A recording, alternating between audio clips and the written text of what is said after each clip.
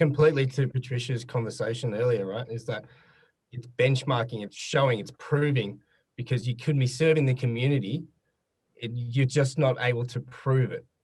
Yes, exactly. And then you can come back. If someone asks me something, like say I'm on a radio interview and they'll say, oh, well, why do you have an education platform? I can rave about the education platform, but that's going to just bore them to tears. I'll go and say, well, the national average might surprise you that adherence rate to glaucoma medication is 36 to 50%.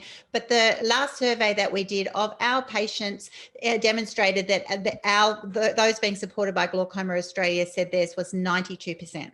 So it's just a no-brainer for someone to send their patient to Glaucoma Australia so that we can help them save sight. Now, that is a much better answer, I would say, than tell them how great what we do is. People don't care what you do. They care what people receive, and they care that you are making a difference because of the service that you give. And so I try to frame everything on the results and why it's personal, rather than the busyness. People don't care. They assume you're busy. You should be busy.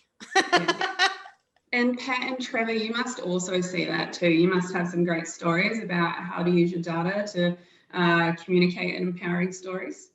Well, what I go with this is that numbers, as Annie was saying, they tell the story. And lots of people actually make the mistake of assuming that everybody knows what their business is, who they serve, their community, and they'll just talk about it in generic terms. But once you start putting the numbers in the data, and to me, data isn't just numbers, data could be the stories, because it builds up a bigger picture.